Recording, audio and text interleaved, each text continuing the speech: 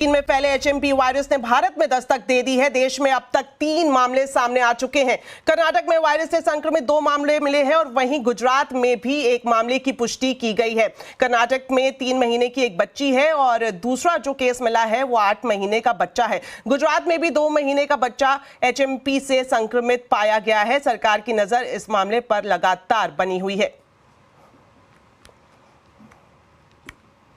यहाँ पे मेटान्यूमो वायरस एक नॉर्मल रेस्पिरेटरी वायरस है जो जुकाम जैसी बीमारी करता है या कुछ लोगों में फ्लू जैसे सिम्टम्स हो सकते हैं, खासकर जो बहुत बूढ़े लोग हैं या बहुत 1 साल से कम उम्र के बच्चे हैं। लेकिन ऐसी कोई सीरियस बीमारी नहीं है जिससे चिंता करने की जरूरत है। जहां तक कि हमारे यहाँ का डेटा का सवाल है, कोई ऐसा बहुत ज्यादा केसेस नहीं आ रहे हैं, ना तो हमारे हॉस्पिटल्स में, ना ही हमारे डेटा में जो आईडीएसपी पे आता है, जो आईसीएमआर का डेटा है, उसके हिसाब से नॉर्मल इंक्रीज जो सर्दियों में होता है वही है, उससे ज्यादा सीरियस कुछ नहीं है। तो चिंता करने की आवश्यकता देश को नहीं है इस वक्त। तो डीजीएचएस आप अतुल गोयल को सुन रहे थे, जिनका ये कहना है कि फिलहाल देश में चिंता की कोई बात नहीं है, लेकिन सावधानी बरतनी बेहद जरूरी है, क्योंकि चीन में देखा जाए तो ये वायरस लगातार फैल रहा है और काफी तेजी से फैल रहा है। हालांकि अगर भारत की बात की जाए तो सरकार की तरफ से एहतियातन तौर पर सभी राज्यों को एडवाइजरी जारी की जा चुकी है और खास तौर पर जो हेल्थ प्रोटोकॉल है उसका पालन करने को कहा गया है। अब तक देश में 3 मामलों की पुष्टि हो गई है। 2 मामले कर्नाटक से हैं और 1 मामला गुजरात से है। और यहां पर मैं आपको बता दूं कि ये तीनों मामले जो पॉजिटिव पाए गए हैं, इनकी इंटरनेशनल ट्रैवल की कोई भी हिस्ट्री नहीं रही है। आईसीएमआर की तरफ से ये जानकारी दी गई है कि जो रूटीन सर्विलांस उनका प्रोग्राम चलाया जा रहा है उसके तहत इन मामलों की पुष्टि की गई है।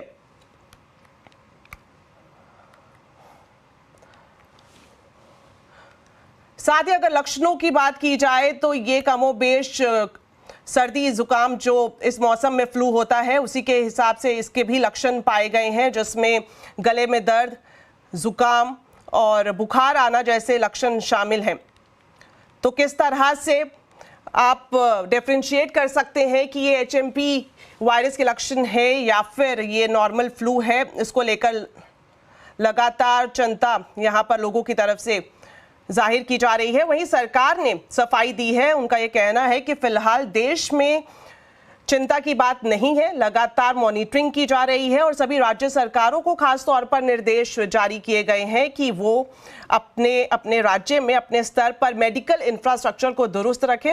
हालांकि फिलहाल किसी भी तरह से घबराने की जरूरत नहीं है, लेकिन जिस तरह से तेजी से फैलता हुआ ये वायरस चीन में दिखाई दिया है, वैसी स्थिति भारत में उत्पन्न ना हो, इसको लेकर भी सरकार लगातार इमरजेंसी मीटिंग कर रही है। आपको बता दें कि जो पहले 2 मामले हैं वो कर्नाटक में मिले थे और कर्नाटक में भी एक इमरजेंसी मीटिंग बुलाई गई। कर्नाटक के मुख्यमंत्री का बयान भी सामने आया, स्वास्थ्य मंत्री का भी बयान आया, जिसमें उन्होंने कहा कि लगातार हम मॉनिटरिंग कर रहे हैं। जो अभी पेशेंट हैं उन्हें अंडर ऑब्जर्वेशन रखा गया है। पूरी तरह से हॉस्पिटल्स में इंतजाम दुरुस्त किए जा रहे हैं।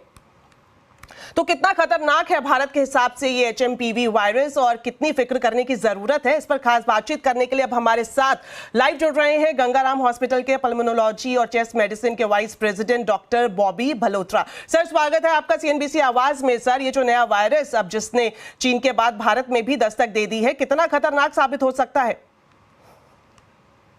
ये वायरस अभी तक जितना हमारा एक्सपीरियंस है, कई सालों से इंडिया में सीजन चेंज होने पे पाया जाता है और माइल्ड वायरस है, माइल्ड वायरल फीवर टाइप का ये करता है, गला खराब और high fever, but self limiting है।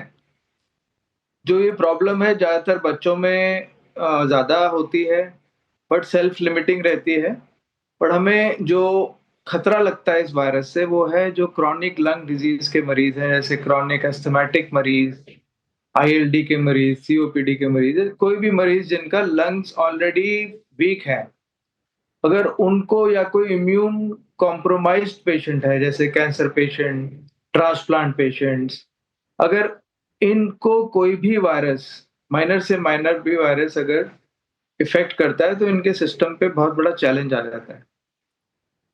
तो इसका वैसे कोई खतरा नहीं है मेजर, बट इसमें अलर्ट रहना जरूरी है और जो लोग क्रॉनिक डिजीज के हैं उनका बचना बहुत जरूरी है इस वायरस से।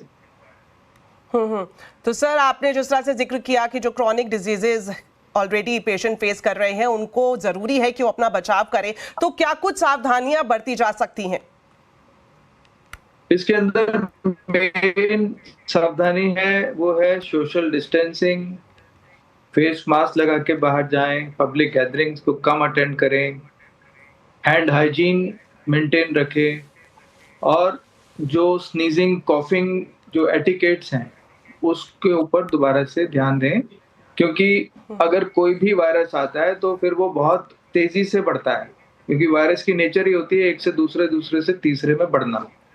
और अगर घर में कोई बुजुर्ग है, बच्चे हैं, स्कूल से अक्सर बच्चे ये जो है प्रॉब्लम ले आते हैं घर में, और जो बुजुर्ग हैं, क्रॉनिक डिजीज के पेशेंट हैं, वो सफर कर सकते हैं, बट अभी तक कोई ऐसा खतरा नजर नहीं आया। और ये कम्युनिटी में हमारे पास है, ये वायरस कई बार आता है, कई बार हम डिटेक्ट करते हैं, और ये सेल्फ लिमिटिंग डिजीज है। डॉक्टर साहब आपसे ये भी जानना चाहेंगे, अगर इसके लक्षणों की बात करें तो ये कॉमन फ्लू जैसे ही दिखाई देते हैं, तो ऐसे में एक इंसान किस तरह से ये डिफरेंशिएट कर सकता है? क्या कुछ ऐसी कोई खास लक्षण है जिसके बाद ये अनुमान लगाया जा सकता है कि ये HMP वायरस है या फिर ये कॉमन फ्लू ही है? कॉमन फ्लू और इसको डिफरेंशिएट करना मुश्किल है, बट एक ही चीज का ध्यान रखना है, अगर किसी को भी फ्लू हो और उसको सांस के सिम्टम आने शुरू हो जाए, यानी कि non stop coughing, breathing difficulty, छाती में से साए साए की आवाजें, वीजिंग साउंड्स आनी शुरू हो जाए, तो वो खतरे की घंटी है। या मरीज जो है वो अपने सेंटेंसेस को कंप्लीट नहीं कर पा रहे हैं, बोलने में उनको समस्या आ रही है, उनका पल्स रेट जो है वो बढ़ रहा है, हाई फीवर है, तो ये सब खतरे की घंटियां हैं। इमीडिएटली ऐसी कंडीशन में जाके डॉक्टर को दिखाएं या हॉस्पिटल के इमरजेंसी में जाके अपनी जांच कराएं कि भाई मुझे जो वायरल फीवर हुआ है उसने कितनी मुझे क्षति कर दी है। तो ये वार्निंग साइंस है जो हर आदमी को ध्यान रखने चाहिए।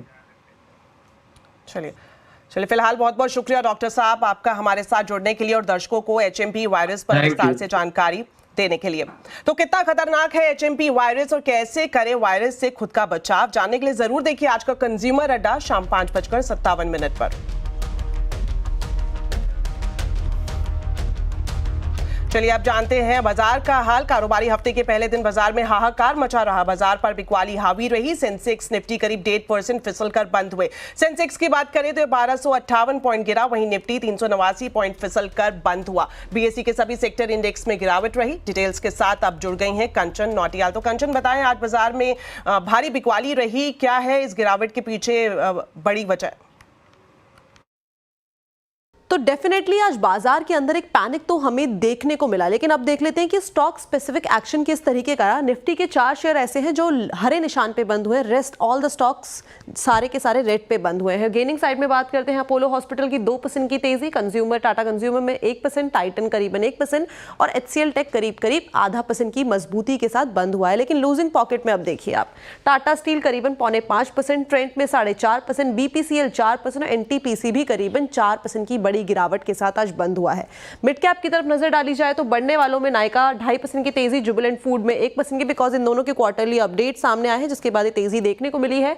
SBI कार्ड में 1% और एम्फेसिस भी करीब 1% की बढ़त के साथ बंद हुआ है। लूजिंग पॉकेट में देखते हैं, आयरेडा 7% का दबाव यहां देखने को मिला। NLC इंडिया में 6%, HPCL 6% और SJVN में भी करीब 6% की बड़ी गिरावट आज के सत्र में देखी गई। इसके बाद बात करते हैं FNO में कौन से बढ़ने वाले शेयर्स रहे, जैसे कि नायका 2.5% की इसमें यहाँ पे बढ़त देखने को मिली, RBL बैंक में 3%, मेट्रोपोलिस हेल्थ में भी 2% और अपोलो हॉस्पिटल भी करीबन 2% की बढ़त के साथ बंद हुआ है। शुक्रिया कंचन इस पूरे मार्केट अपडेट के लिए। तो बाजार का सेटअप कैसा है और इतनी बड़ी गिरावट और बिकवाली बाजार में क्यों रही, आखिर बाजार के लिए आज का दिन इतना खराब क्यों है, बता रहे हैं मैनेजिंग एडिटर अनुज सिंघल।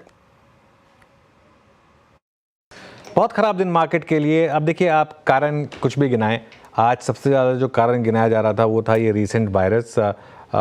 लेकिन देखिए, हम में से कोई भी डॉक्टर या मेडिकल फील्ड में एक्सपर्ट नहीं है, तो इसके लिए इस पर बहुत ज़्यादा कमेंट करना शायद थोड़ा टफ होगा। लेकिन एक चीज़ मैं कहूँगा कि अगर यही इशू होता तो पूरी ग्लोबल मार्केट गिरती, हमारी मार्केट अकेले नहीं गिरती। हमारी मार्केट काफ़ी वीक है, उसे बस बहाने चाहिए गिरने के लिए। इस समय बैंकिंग के अपडेट्स आए, बहुत ज़्यादा ख़राब नहीं थे अपडेट्स, लेकिन स्टॉक्स काफ़ी गिर गए। खासतौर से PSU बैंक निफ्टी देखिए किस तरीके से गिरा, ज़बरदस्त डिक्लाइन PSU बैंक निफ्टी में आपको देखने को मिला। इंडेक्स करीब करीब 4% नीचे था।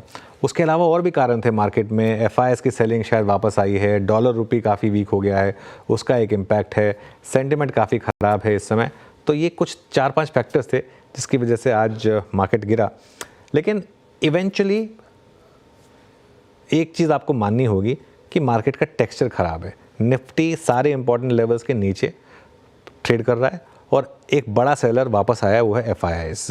तो इस कॉन्टेक्स्ट में आपको देखना होगा। लेकिन आज की मार्केट की एक और ख़ास बात थी, आज मार्केट ब्रेथ बहुत ही ख़राब थी और आज मिड कैप में ब्रूटल डिक्लाइन थी। मतलब जैसे कहते हैं ना, आज लोगों की चीखें निकल जाएं वो वाली मार्केट थी। आप एडवांस डिक्लाइन देखिए और काफ़ी अच्छी क्वालिटी के स्टॉक 6, 7, 8, 10% नीचे बंद हुए थे। तो ये आज की ट्रेड में क्लियरली एक और इम्पॉर्टेंट चीज़ थी देखने वाली जो थी। अब क्या करें इस मार्केट में?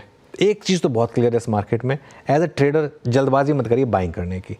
मार्केट का टेक्सचर बहुत वीक हो चुका है और मार्केट काफ़ी क्रूशियल लेवल तोड़ चुका है और जब तक मार्केट अब इसको अरेस्ट नहीं करता, यानी कि 3-4 दिन निफ्टी डे हाई पर बंद हो जाए, 3-4 दिन मार्केट एटलीस्ट कुछ मूविंग एवरेज के ऊपर बंद हो जाए, जब तक ऐसा ना हो तब तक किसी भी रैली पर भरोसा मत करिए। आपको याद होगा पिछले थर्सडे को ही निफ्टी में 500 पॉइंट की रैली आई थी, कहाँ उड़ गई वो पता भी नहीं चल रहा है अब। तो इसके लिए किसी भी रैली में अभी भरोसा मत करिए और किसी भी रैली में फंसिए मत। और अगर आप किसी पोजीशन में फंसे हुए हैं तो रैली में से एग्जिट करने की कोशिश करिए। हाँ, एक चीज़ ज़रूर है, अगर आप एक इन्वेस्टर हैं और अगर आप अपना मार्क टू मार्केट पोर्टफोलियो रोज़ देखते हैं तो आपने नोटिस किया होगा कि आपके मार्क टू मार्केट में काफ़ी जो अगर गेंस हैं वो काफ़ी नीचे आए होंगे। लेकिन पैनिक में बेचने की भी ज़रूरत नहीं, अगर आपके पास अच्छी क्वालिटी के स्टॉक्स हैं तो इस चीज़ का आप ध्यान रखिएगा।